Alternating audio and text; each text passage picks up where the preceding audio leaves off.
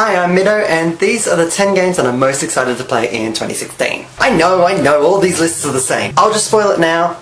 None of these games are on my list. I mean, that's probably someone's top 10 list right there.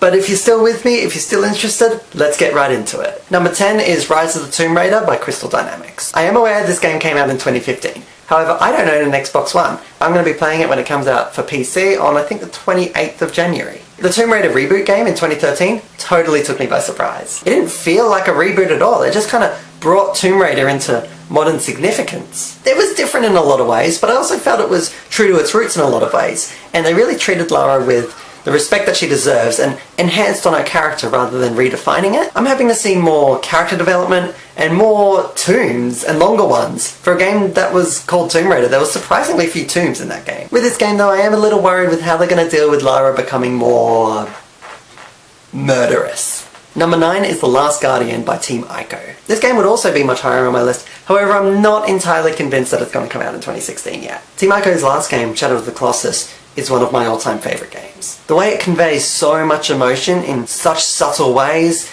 and the way that it never confines itself to a genre so you'd never know what to expect, it's just a real masterpiece of a game. I have faith in Team Ico, and I truly believe that they're onto something special. I am a little worried that because of its extended development time, we're going to get a game that would have been fantastic in 2010, but is actually kind of average now in 2016. But I hope not. Number 8 is Cuphead by Studio MDHR. I never knew I wanted a game that was inspired by the cartoons of the early 1900s, until I saw Cuphead. I'm not gonna lie, pretty much the entire draw for this game is in its aesthetic. I don't think that's something that's been done before in a game. It does actually seem like it'll be fun and challenging, but it might end up being a case of style over substance, but we'll see. Number 7 is The Witness by Thekla Inc. Jonathan Blow's previous game, called Braid, was a landmark indie title, and I feel like The Witness has the potential to actually be the same, but in the totally opposite way. This game is incredibly ambitious. It's meant to have about 650 puzzles lasting up to about 80 hours,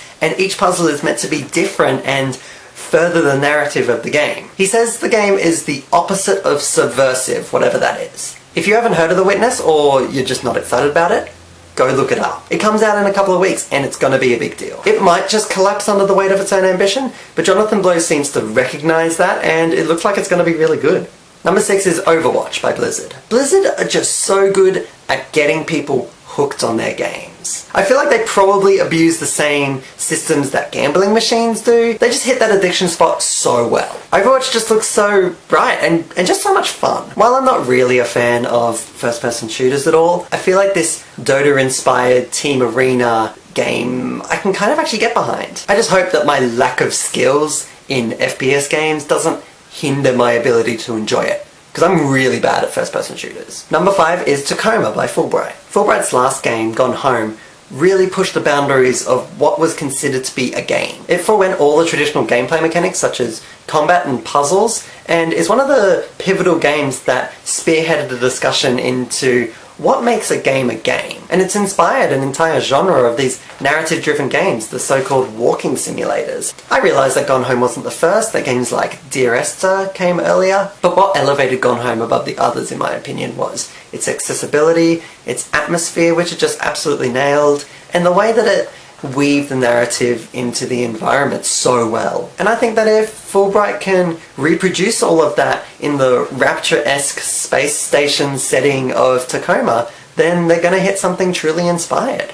Number 4 is Bravely Second End Layer by Silicon Studio and Square Enix. The best Final Fantasy game that's come out in the past decade wasn't a Final Fantasy game. It was Bravely Default. It had a really unique spin on turn-based combat, which allowed you to take turns in advance and leave yourself open for attack, or be able to store up attacks and then use them. This made the game really fun, and it changed up all the battles, from the random encounters, which were just a breeze to get through, and the boss battles, which it just added another layer of complexity and strategy to. On top of this, it had a solid job system, the pre-rendered backgrounds were just beautiful, the score is the best score that I've heard in years, and while the writing was a little weak at times, it did have some really memorable characters and some really funny moments in it. If Bravely Second could just improve on all these aspects, I really feel like the 3DS could have a classic RPG. However, I am worried that they're just going to kind of gloss over the story again, and I'm really sad that Revo isn't returning to compose the score. Number 3 is Uncharted 4: A Thief's End by Naughty Dog. I never realised how much I was actually enjoying Uncharted until I got to the end of the last one, and I'm like,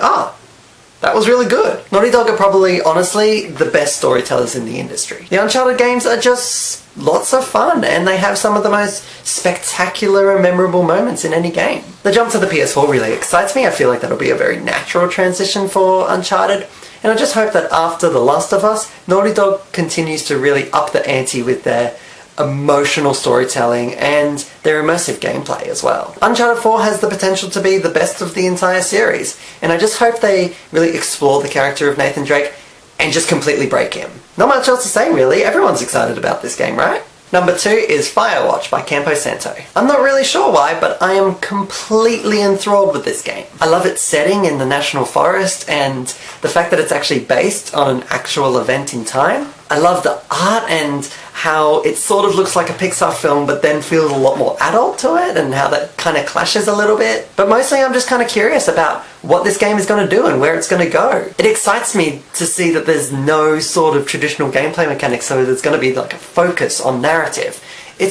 I just feel like it's going to be a really thrilling game. It's only a month away from release and I'm getting super excited about it. It could be a total flop. It could just be a totally ordinary game that doesn't quite achieve what it's going for. But I don't think it's going to be. I think it's going to be something really special. And my number one most anticipated game of 2016 and my number one most anticipated game for the last 10 years straight is Final Fantasy 15 by Square Enix. This might get a bit fanboy-y. I'm willing to admit that at this point, I think it is impossible for Final Fantasy 15 to disappoint me. Even if the game is absolute rubbish, I'm gonna love it. I mean, I kind of already do love it.